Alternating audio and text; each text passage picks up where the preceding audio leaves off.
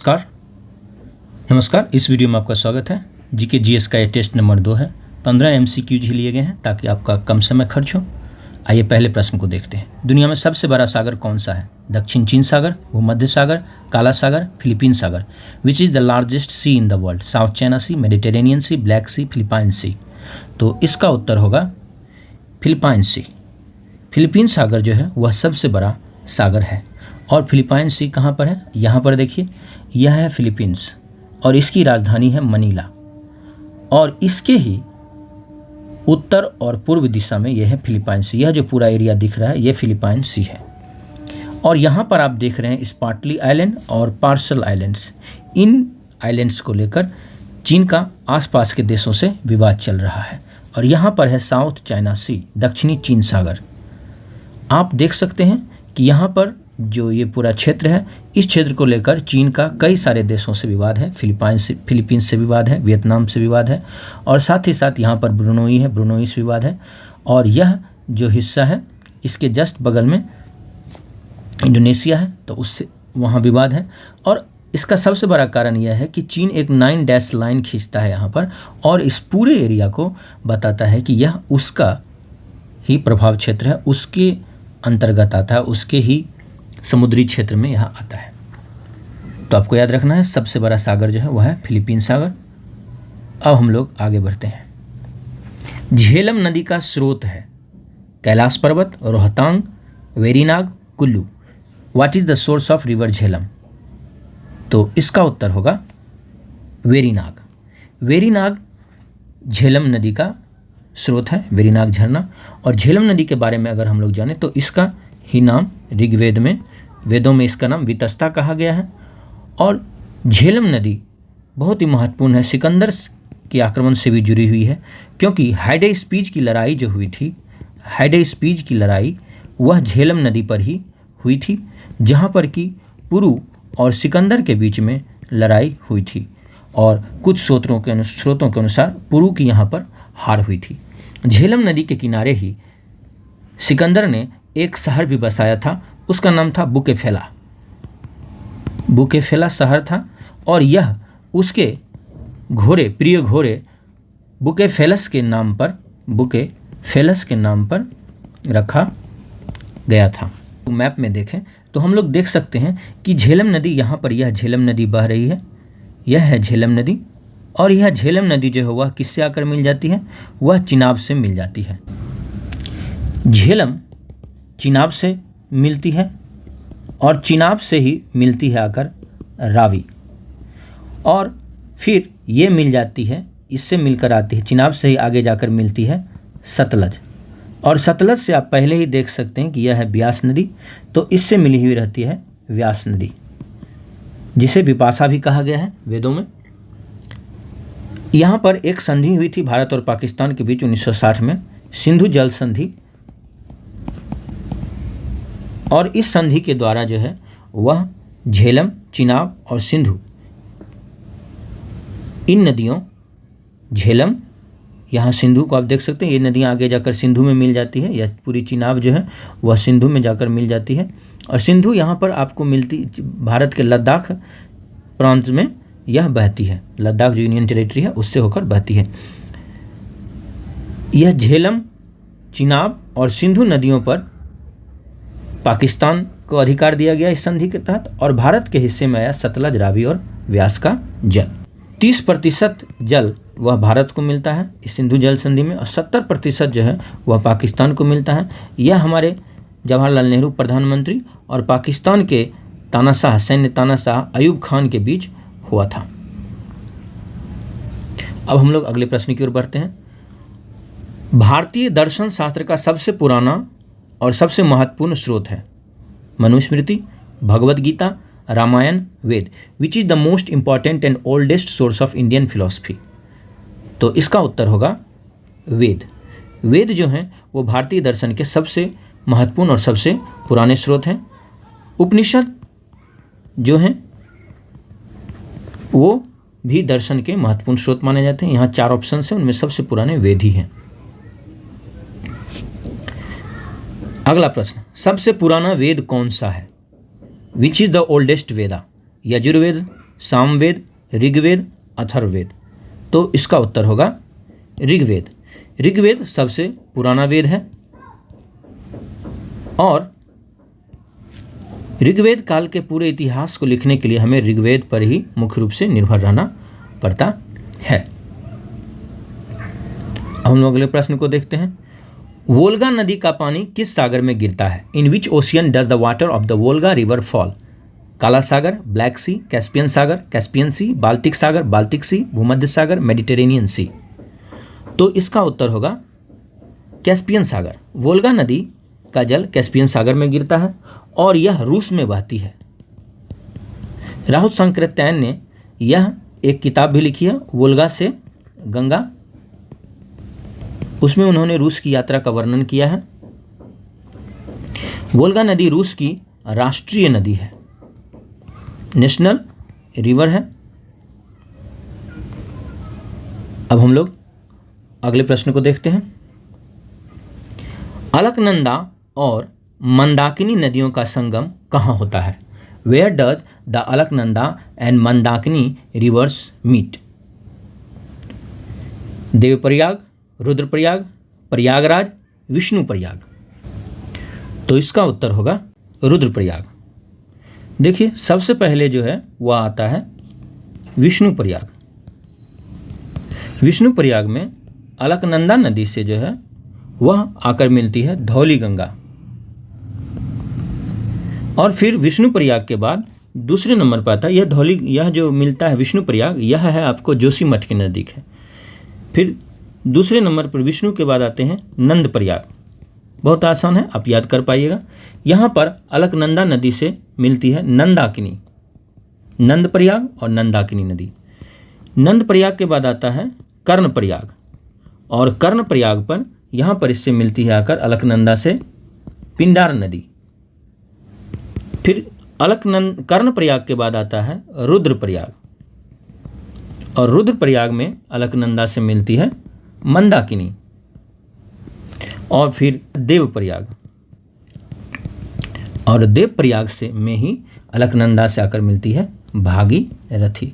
तो आप ऐसे याद कर सकते हैं, विष्णु जी ने नंद जी के यहाँ जन्म लिया और फिर उन्होंने कर्ण को अर्जुन से मरवाया और इस तरह से रुद्र रूप में उन्होंने कौरवों का नाश कर दिया और फिर वो देवलोक लौट गए। तो विष्णु, नंद, कर्ण, रुद्र और फिर देवप्रयाग। और यहाँ पर है धौली गंगा। नंद से नंदाकिनी, धौली से कर्ण पांडवों में से एक था तो पिंडार, रुद्र जो है वो मंदाकिनी। अगर आपको भगवान शिव के विषय में याद हो तो मंदाकिनी को ही वो सिर पर धारण करते हैं, तो यहाँ पे मंदाकिनी है। और फिर देवप्रयाग में लास्ट में भागीरथी आती है। तो आप ऐसे याद रख सकते हैं। विष्णु जी के यहाँ पे अलकनंदा ने पैर धोए तो धौली गंगा। इसके बाद अब हम लोग अगले प्रश्न की ओर बढ़ते हैं। किस शासक ने अमीर खुसरो को संरक्षण दिया था? 4 ऑप्शन हैं। Akbar, Ghiyasuddin Tughlaq, Shahjahan, Jahangir. Which ruler patronised अमीर खुसरो? तो इसका उत्तर होगा गयासुद्दीन तुगलक। देखिए अमीर खुसरो जो थे वो मुगल काल के तो थे ही नहीं, वो सल्तनत काल के थे। तो बाकी तीनों जो राजा हैं वो मुगल काल के हैं, तो ये होंगे ही नहीं। एक ही बचे, गयासुद्दीन तुगलक होंगे। अब अगर अमीर खुसरो के बारे में हम लोग थोड़ा सा जान लें तो उनका जन्म हुआ था पटियाली में।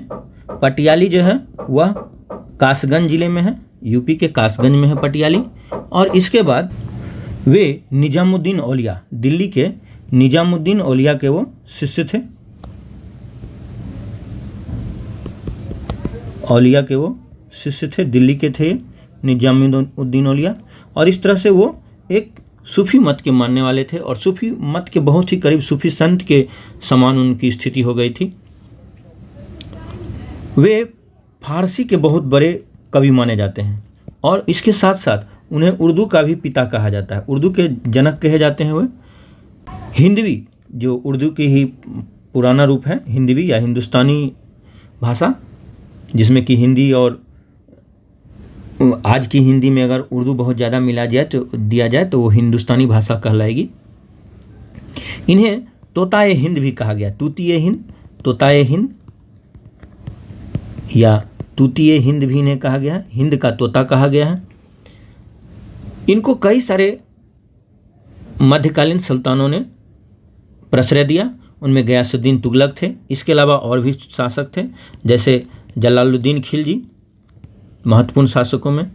अलाउद्दीन, जलालुद्दीन के बाद जो खिलजी वंश के शासक बने, और अलाउद्दीन खिलजी के विजयों पर भी उन्होंने किताब लिखी थी, खजाना ए उल फतूह, खजाना ए उल फतूह, यानी उनके फतह यानी विजयों का उनके वर्णन है। तुगलक वंश के लिए उन्होंने तुगलकनामा लिखा था। 1325 में इनकी मृत्यु हुई थी। और इनके बारे में जो और भी परीक्षाओं में जो पूछा जाता हुआ है, ये गज़ल गायकी के जनक माने जाते हैं। गज़ल को इन्होंने भारत में लाया। तराना गाने का जो ढंग है, तराना या तल्लाना, इसका भी श्रेय, इसके भी इजाद का श्रेय दिया जाता है। इसके अलावा सितार का भी इन्हें श्रेय दिया जाता है, सितार की खोज का। इन्होंने उस समय कई प्रकार के वीणाएँ थीं, उनमें से एक वीणा को इन्होंने थोड़ा सा परिवर्तित करके सितार बनाया। अब हम लोग आगे बढ़ते हैं। गौतम बुद्ध ने जन्म, मृत्यु और ज्ञान प्राप्ति से जुड़े स्थल। गौतम बुद्ध के जन्म, मृत्यु और ज्ञान प्राप्ति से जुड़े स्थल हैं, क्रमशः बताने। The places associated with Gautam Buddha's birth, death and enlightenment are respectively, कौन कौन से हैं? 4 ऑप्शन है। लुम्बिनी, गया, कुशीनगर। दूसरा ऑप्शन है लुम्बिनी, कुशीनगर, सारनाथ। तीसरा ऑप्शन है कपिलवस्तु, कुशीनगर, गया। और चौथा ऑप्शन है लुम्बिनी, सारनाथ और गया। तो गौतम बुद्ध का जन्म कहाँ हुआ था? गौतम बुद्ध का जन्म लुम्बिनी में हुआ था, कपिलवस्तु के निकट था लुम्बिनी। मृत्यु उनकी कहाँ हुई थी? तो उनकी मृत्यु हुई थी कुशीनगर में, तो कुशीनगर। और ज्ञान प्राप्ति उनको कहाँ हुई थी? तो उनको ज्ञान प्राप्ति हुई थी गया में। तो इसमें से होगा ऑप्शन नंबर सी। अब हम लोग आगे बढ़ते हैं। भारतीय संघ का सबसे कम क्षेत्रफल वाला राज्य कौन सा है? विच is the smallest state in the Indian union? Sikkim, Goa, Nagaland, Manipur. तो इसका उत्तर होगा भारतीय संघ का सबसे कम क्षेत्रफल वाला राज्य जो है वह है गोवा। गोवा सबसे कम क्षेत्रफल वाला राज्य है। और सबसे कम क्षेत्रफल वाला यूटी जो है वह है लक्षद्वीप। और अगर सबसे बड़ा यूटी देखा जाए तो वह सबसे बड़ा यूटी जो है वह है यूनियन टेरिटरी, वह है लद्दाख। इसके अलावा सबसे बड़े अगर स्टेट को देखा जाए, सबसे बड़ा राज्य देखा जाए तो वह है राजस्थान। उसके बाद आता है मध्य प्रदेश, मध्य प्रदेश के बाद आता है उत्तर प्रदेश। बिहार का 12वां स्थान आता है इस मामले में। अब हम लोग अगले प्रश्न को देखते हैं। फिरदौसी किसके दरबारी कवि थे? Firdausi was the court poet of whom? Mohammad Ghaznavi, Mohammad Ghori, Alauddin Khilji, Akbar. तो इसका उत्तर होगा महमूद गजनवी। महमूद गजनवी, मोहम्मद नहीं, महमूद गजनवी होना चाहिए। तो महमूद गजनवी के जो थे वह दरबारी कवि थे, कुछ ही दिन दरबार में रहे थे और इन्होंने शाहनामा लिखी थी। ये फारसी साहित्य के, फारसी में है और ये फारसी साहित्य के सबसे महान कवि माने जाते हैं। ईरान में तो इनकी बड़ी बड़ी मूर्तियां भी लगाई गई हैं।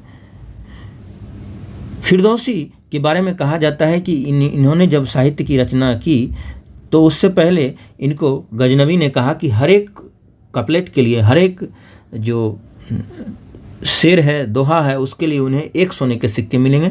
लेकिन बीच में जो अधिकारी था उसने चांदी के सिक्के इनको भेज दिए। तो उसके बाद इन्होंने कुछ ऐसा लिखा जिससे कि गजनवी जो है और भी क्रुद्ध हो गया। बाद में जब गजनवी, और फिर उससे बच के ये भाग गए दूसरे शहर। जब बाद में गजनवी को पता चला तो उसने 60,000 सोने के सिक्के, जितने इसमें शेर शायरियाँ थीं, वो भेजे। लेकिन तब तक में फिरदौसी का देहांत हो गया था। तो फिरदौसी जो हैं वो महमूद गजनवी के समय थे और फिरदौसी के समय के ही समकालीन हैं उतबी और अलबरूनी। अब हम लोग अगले प्रश्न को देखते हैं। संसद के 2 सत्रों के बीच अधिकतम कितने समय का अंतराल हो सकता है?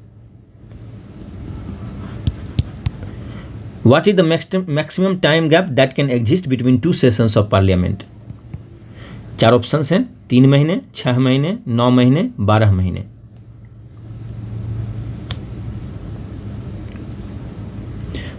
तो इसका उत्तर होगा 6 महीने। संसद के 2 सत्रों के बीच अधिकतम 6 महीने का अंतराल रखा जा सकता है। अब अगला प्रश्न, निम्न में से कौन सा कर ग्राम पंचायत के लिए धन का स्रोत नहीं है? 4 ऑप्शंस हैं, गृह कर, भूमि कर, संपत्ति कर, वाहन कर। Which of the following taxes is not a source of funds for gram panchayat? House tax, land tax, state duty, vehicle tax. तो इसका उत्तर होगा संपत्ति कर, स्टेट ड्यूटी। स्टेट ड्यूटी जो है वह पहले लगाया जाता था और यह क्या होता था, यह किसी व्यक्ति के मरने पर, मृत होने पर जो उसके वारिस को जो उसके टैक्स देना पड़ता था संपत्ति के हस्तांतरण के लिए, वही है संपत्ति कर, उसे ही स्टेट ड्यूटी कहते हैं। यह ग्राम पंचायत को लगाने का अधिकार नहीं है। लेकिन एक दूसरा भी टैक्स होता है, उसे कहते हैं प्रॉपर्टी टैक्स। यह आपका घर बिल्डिंग है, उस पर जो टैक्स लगता है वह है, तो वह नगर पालिका और ग्राम पंचायत को लगाने का अधिकार है।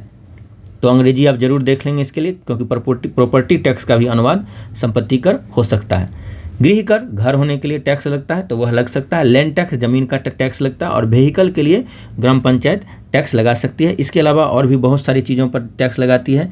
जल का कर लगा सकती है, वाटर टैक्स लगा सकती है, इसके बाद लैट्रिन टैक्स लगा सकती है। अब हम लोग अगले प्रश्न को देख लेते हैं। भारतीय रेल की बड़ी लाइन की पटरियों की चौड़ाई कौन सी है? What is the width of broad gauge tracks of Indian railways? 4 feet 2 inch, 4 feet 6 inch, 5 feet 2 inch, 5 feet 6 inch. तो इसका उत्तर होगा बड़ी लाइन यानी ब्रॉड गेज के लिए है 5 फीट 6 इंच। देखिए भारत में 4 गेज हैं, पहले 3 गेज थे, अब 4 गेज हैं। एक है ब्रॉड गेज यानी कि ये जो बड़ी लाइन है, फिर मीटर गेज है जिसे कि आप छोटी लाइन कहते हैं, फिर उसके बाद है नैरो गेज यानी सकरी लाइन जो कि पहाड़ी लाइनों के लिए यूज किया जाता है, और इसके बाद है स्टैंडर्ड गेज। स्टैंडर्ड गेज जो है मानक गेज, ये मेट्रो के लिए, दिल्ली मेट्रो में यूज किया जाता है यह। तो ब्रॉड गेज के लिए रखा गया है चौड़ाई 1676 mm जो कि 5 फीट 6 इंच के करीब होता है। ब्रॉड गेज का मतलब हुआ 2 पटरियों के बीच की जो गैप है, यह जो चौड़ाई है, यह जो है, यह कितना गैप रहता है दोनों के बीच, इसी को कहते हैं गेज। तो बड़ी के लिए है 1676 mm और जो उससे छोटा है स्टैंडर्ड गेज। स्टैंडर्ड गेज जो है वह 1435 mm के करीब है। मीटर गेज जो है वह 1000 mm के करीब है। और सबसे छोटा है नैरो गेज, और नैरो गेज जो है वह पहाड़ी लाइनों में यूज किया जाता है और यह है 762 मिलीमीटर या 610 मिलीमीटर। तो आप इतना याद रख सकते हैं। अब हम लोग आगे बढ़ते हैं। निम्न में से कौन सा चुनाव आयोग के कार्यक्षेत्र में नहीं आता? Which of the following does not come under the purview of the election commission? राजनीतिक दलों को मान्यता देना, रिकॉग्निशन ऑफ पॉलिटिकल पार्टीज, राजनीतिक दलों को चुनाव चिन्ह देना, giving election symbols to political parties, Bharat के राष्ट्रपति का चुनाव कराना, electing the president of India, Bharat के प्रधानमंत्री का चुनाव कराना, electing the prime minister of India. तो इसका उत्तर होगा भारत के प्रधानमंत्री का चुनाव कराना। आप जानते हैं कि भारत के प्रधानमंत्री का चुनाव नहीं होता है, बल्कि भारत के प्रधानमंत्री भी क्या चुनकर आते हैं? MP चुनकर आते हैं। वो लोकसभा या राज्यसभा से चुनकर आ जाते हैं। जैसे हमारे भारत के प्रधानमंत्री मोदी जी जो हैं वो लोकसभा से चुनकर आए हैं, और फिर जो उनके जो लोकसभा के जो उनके सपोर्टर्स होते हैं, जो उनकी पार्टी के, उनके गठबंधन के जो सदस्य होते हैं, वो उन्हें अपना नेता चुनते हैं और फिर वही प्रधानमंत्री के पद के लिए अपना दावा करते हैं राष्ट्रपति के पास जाकर। तो प्रधानमंत्री पद के लिए चुनाव आयोग कोई भी चुनाव नहीं कराती है। चुनाव आयोग में मुख्य चुनाव आयुक्त के अलावा अन्य चुनाव आयुक्त भी होते हैं, और उनके लिए यहाँ ध्यान देने वाली बात है कि उनका कार्यकाल जो है 6 वर्ष या 65 वर्ष दोनों के लिए, चुनाव आयुक्त और मुख्य चुनाव आयुक्त 65 वर्ष तक की आयु या 6 वर्ष तक के कार्यकाल के लिए वो अपने पद पर बने हुए रहते हैं। 6 वर्ष 62 वर्ष नहीं लगा दीजिएगा, इसे ध्यान रखना। अगला प्रश्न, रेड क्रॉस संस्था के संस्थापक कौन थे? Who was the founder of the Red Cross organization? 4 options हैं, Hargobind Khorana, Jean Henri Dunant, Mother Teresa, Jagdish Chandra Basu. तो इसका उत्तर होगा Jean Henri Dunant. Jean Henri Dunant ने 1863 में रेड क्रॉस की स्थापना की थी। वे एक स्विस थे, यानी स्विट्जरलैंड के थे वासी, और उन्होंने रेड क्रॉस की स्थापना की। रेड क्रॉस इस्लामिक देशों में अलग नाम से जाना जाता है और उसका झंडे का सिंबल भी उजले पर, जैसे अन्य जगह रेड क्रॉस रहता है। चूँकि यह क्रॉस जो है ईसाई मत का प्रतीक हो जाता है, इसलिए मुस्लिम देशों में इसके उजले झंडे पर क्रिसेंट बना रहता है, रेड क्रिसेंट इसलिए इसे कहते हैं, यहाँ चांद बना हुआ रहता है।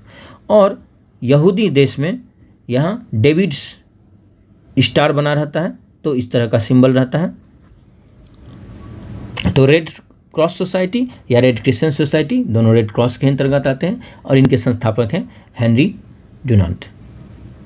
उम्मीद करता हूं कि ये वीडियो आपको पसंद आया होगा। अगर ये वीडियो आपको पसंद आया है तो आप ज़रूर से ज़रूर लाइक करें, इससे मुझे पता चलता है कि हाँ सही में लोगों को पसंद आ रहा है।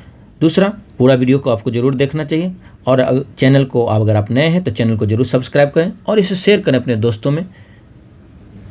साथ ही साथ कमेंट करके आप मुझे बताएं कि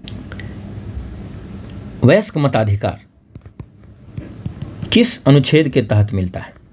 अनुच्छेद का नाम बताना है। एडल्ट फ्रेंचाइज, भारत में एडल्ट फ्रेंचाइज जो है वयस्क मताधिकार का अधिकार किस संविधान के किस आर्टिकल के अंतर्गत आता है। उम्मीद करता हूँ कि आप सभी अच्छे से होंगे। बहुत बहुत धन्यवाद। Thank you.